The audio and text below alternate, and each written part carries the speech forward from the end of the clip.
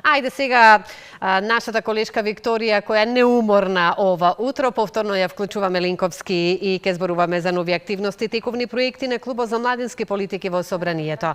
Викторија, се надевам се слушаме убаво сега и да слушнеме зашто поточно се работи. Ајде, добро утро уште еднаш и повели. Добро утро уште еднаш, драга Слободанка. Добро утро, почитувани гледачи од овој пат од Македонското собрание. Ке дознаеме што е актуелно во Македонскиот законодавен дом, меѓутоа ке дознаеме и кои се најактуелните прашања и активности кои што ги спроведува Клубот за младински прашања и политики, а ова утро јас ке разговарам токму со председателката на клубот и нашата помлада пратеничка Драгана Бојковска. Благодарам, Драгана, што сте дел од утринската на телевизија Алфа. Како сте ова утро? Одлично и благодарам на поканата. Поздрав до сите гледачи на Алфа телевизија. Така, да го искористиме времето, кратки ни се линковските вклучувања, што е најново во Македонското собрание, што е најактуелно деновиве? Па вака, најнапред дозволете ми да изразам благодарност што и на утринската емисија можеме да ги запознаеме гледачите за собраниските активности, бидејќи секој пат ценам дека во домот на демократијата и во домот на народот важно е пред се да се запознаат со се она кое што се случува тука. И ќе го поврзам некако и со она кое што ми е мене можеби приоритет во собранието, тоа е Клубот за младински прашања и политики, младинските прашања и политики. И за почеток испратаме на порака која што секој пат ја говорам не само пред младите, но и пред целата јавност, а тоа е дека за мене младински политики представуваат буквално се што ги опфаќа еден еднаков општествен чинител во државата. Така што сакам да ги растурам оние предрасуди дека младите треба да ги интересира само образование и спорт, да речеме, така што сите случувања кои што се кои што се актуелни во државата, ценам дека исто подеднакво се значајни за младите. Еве со вчерашните собраниски активности на пленарната седница, најактуелна тема ни беше темата економија, каде што всушност и се усвои фискалната стратегија за Македонија за 2027-2031 година, која што ќе ни даде некој патоказ на нашата економија во наредните години како ќе се движи, но и одредена тема која што вчера со закон ја усвоивме, а тоа е задолжувањето на државата. И од тука сакам уште некоја работа, бидејќи актуелна тема, да појаснам, бидејќи се општеа многу работи, се дебатираше меѓу пратениците, а тоа е дека кога државата позајмува средства од одредени институции, многу е важно истите оние средства да бидат правилно распределени или правилно насочени. И овие средства ќе бидат токму насочени за капитални инвестиции кои што ќе ни придонесат да имаме поголема економска активност или подобар животен стандард на граѓаните. Се развија многу дебати за тоа каде сме ги вложиле претходно средствата, особено оние средства кои што претходно беа распределени, да речеме, во општините или во стопанството.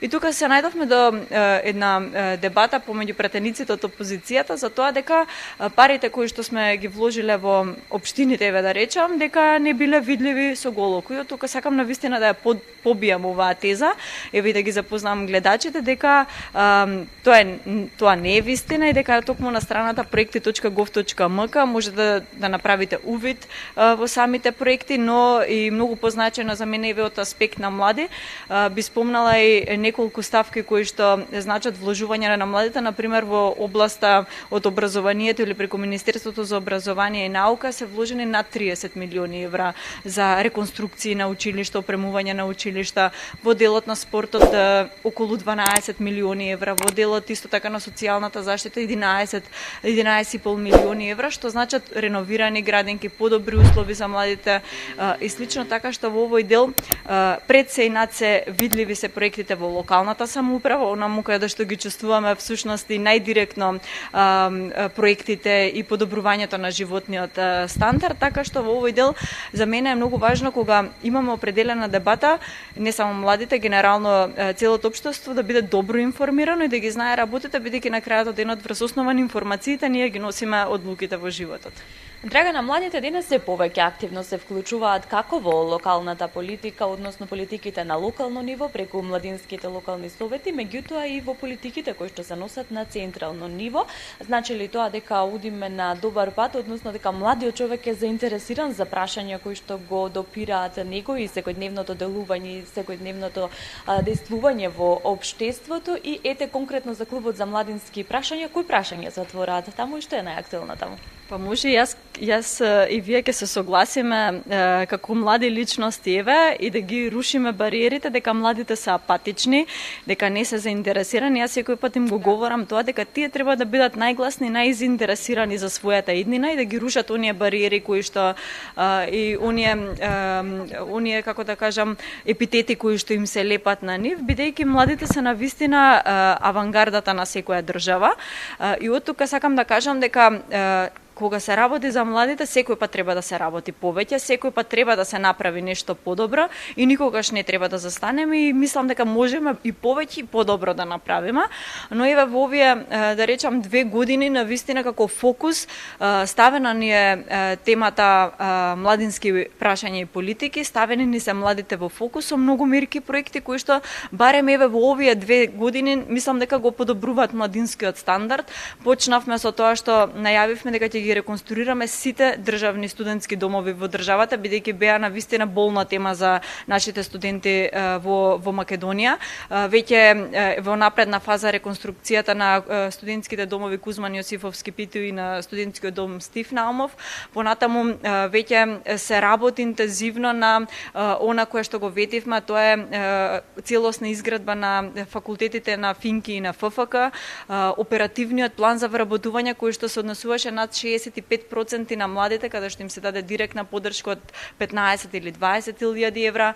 Понатаму оние електронски ваучери, односно ваучери за набавка на електронски уред, каде што над 45.000 студенти го искористија правото за да набават уред, за да ги извршуваат своите студии подобро или поефикасно, и многу други мерки и проекти кои што ќе го подобрат младинскиот стандард. Во клубот за младински прашања и политики ние сме буквално отворени како пратеници кои што носат консензус за одлуките за младите од сите политички партии, отворени за сите прашања и предизвици кои што ќе дојдат, дали дел од граѓанските организации или од студентските, младинските организации.